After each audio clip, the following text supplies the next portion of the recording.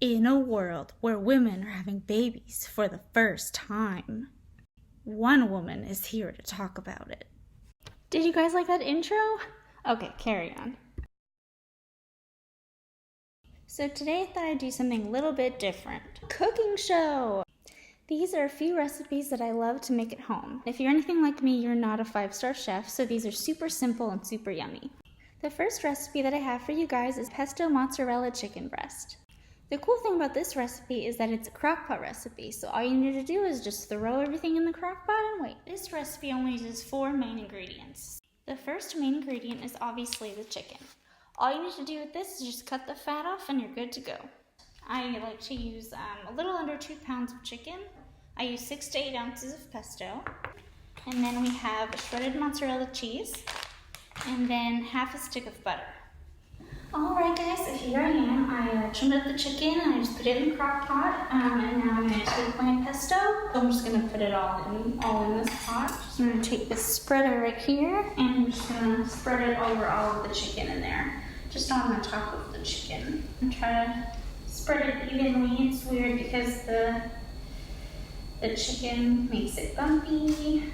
Okay, that should do. Alright, now that the pesto is on the chicken, I'm going to go ahead and get 2 cups of shredded mozzarella cheese in here. Right. I love this chicken, it's so good. Okay. I am making a mess. And now you want to get a half a stick of butter and just put it right on top of the mozzarella. And you don't have to add butter to it for those of you that are healthier than me, but I like to add some butter. I'm French after all. Okay, and so that's done. And that's it. That's all you do. And you just close your crock pot, plug it in. And then I usually put it on for 6 hours. And then you're done. And that is pesto mozzarella chicken. My next recipe is for pasta salad. I love pasta salad, and it's actually really fun to make. I like to use Barilla Tricolor Rotini. It's colorful, and the more colorful the food, the more fun it is to eat. Okay, so now that the rotini is done and just chilling in the colander, it's time to prepare what goes in it. So I like to use this Butterball honey roasted white turkey. I like to also put in some pieces of mozzarella string cheese, some Mexican blend shredded cheese in there, and then also some grape tomatoes. So now we cut the turkey. I just grab a chunk so I can just cut it all at the same time. It is easier that way. And then I like to cut it into little squares.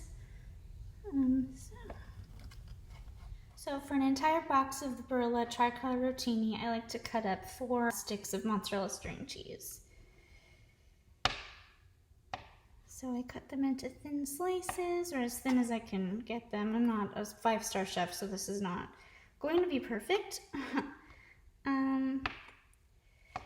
But I like them to be thin. The next step is to wash and cut up the grape tomatoes. I like to cut the grape tomatoes in halves, long ways. Grape tomatoes are yummy.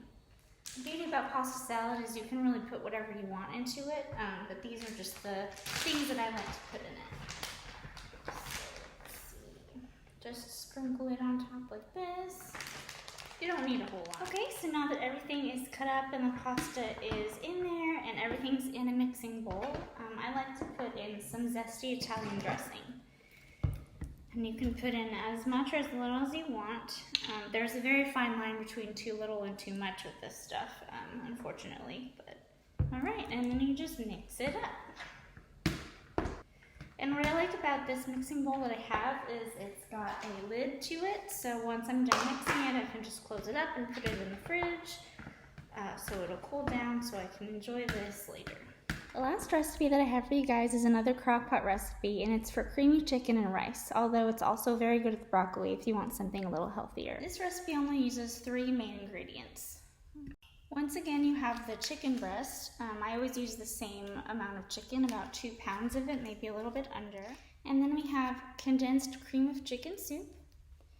And then the last ingredient is 4 ounces of cream cheese. So what I like to do is I just get 8 ounces of the Philadelphia cream cheese and I just cut it in half. So the first step is just to cut the fat off of the chicken. Okay.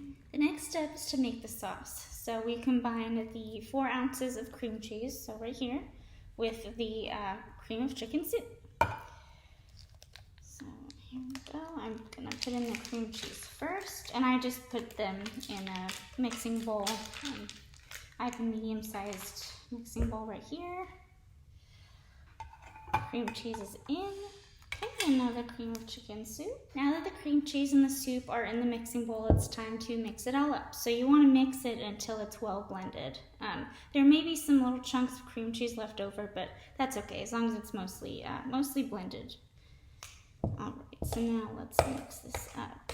It's a little tough at first because the cream cheese is kind of tough to separate, and it's really sticky. Right, and now you just mix. Okay, so now the chicken is in the crock pot and we have our mixture. So now it's time to add the mixture to the chicken. So I just dump it right in the crock pot on top of the chicken. And I just spread it on top of the chicken, just like we did with the pesto for that other recipe. Okay, you want to make sure that it covers as much of the chicken as you can do. Once the crock pot is plugged in, you put the lid on top, and then we're just going to do it for 6 hours, just like the last recipe, and then you just wait. And there you have it. Those are 3 recipes that I really, really love. Thank you for watching.